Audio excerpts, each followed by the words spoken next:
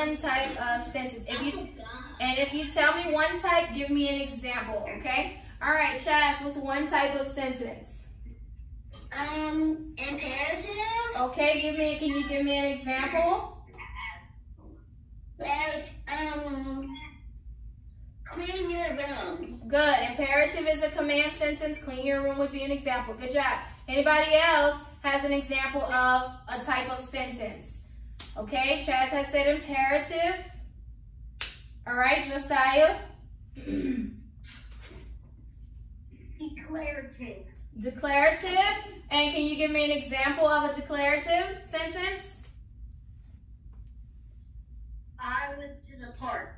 I went to the park. Good. That's a statement sentence. Gives us information, tells us something. Okay, what's another type? Colin? Exclamatory. Exclamatory sentence. Could you give me an example? I won the football game. I won the football game. Good. Exclamation sentence. And one more. So we did imperative, declarative, and exclamatory. One more.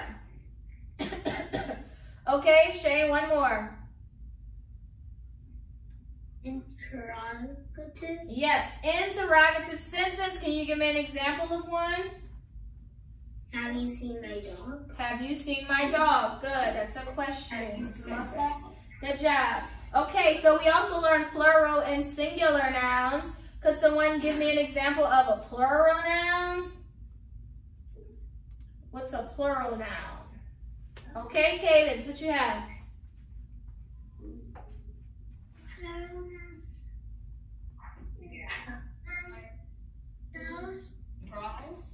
Well, just a word. Just a word. You don't have to give a sentence. Plums?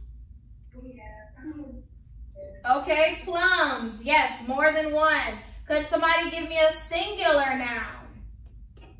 Austin? Tiger. Tiger. Okay? So let's also practice possessive phrases. So if I would say Dad has a cat, how would I say that in a possessive phrase? Dad has a cat. Remember, you talk about who and what they have. What would I say, Cullen? Dad has a cat. How would I say it in a possessive way? Dad's cat. Good. Dad's cat. What if I would say Laura has a dress? How would I say that in a possessive phrase? Bailey? Laura's dress. Laura's dress. What if I would say the baby had a crib? What would I say? Josiah? Baby's crib. Good. What if I would say Mom had a water bottle? Jordan, how would I say that in a possessive phrase? Mom's water bottle. Good. Mom's water bottle. Good job. In your book, you'll see sentences that have contractions and words that sound just like contractions, but you have to make sure to pick the correct word. Now, what is important to remember is that contractions are two words that were put together. So whenever you read a sentence that has a contraction in it, a tip to use is to break the contraction up when you read the sentence. Let me give an example. So this sentence here says, I know there are their names.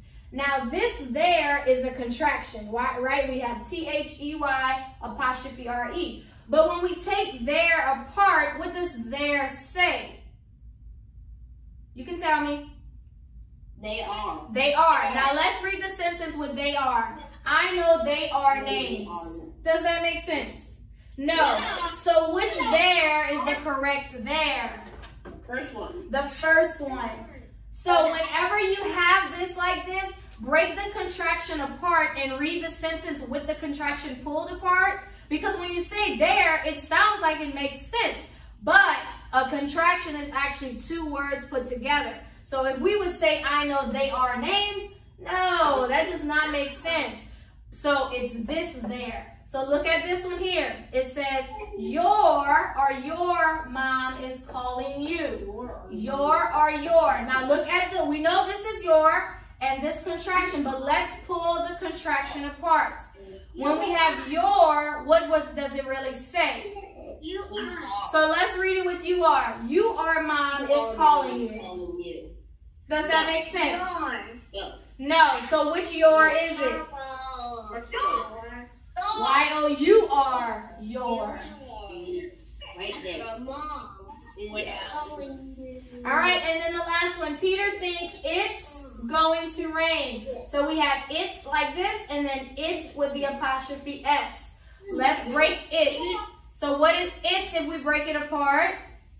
It is. So let's read it. Peter thinks it is going to rain. Will the contraction work? The last one. So the contraction is the one we choose for this one. So just be careful when you're reading sentences like that.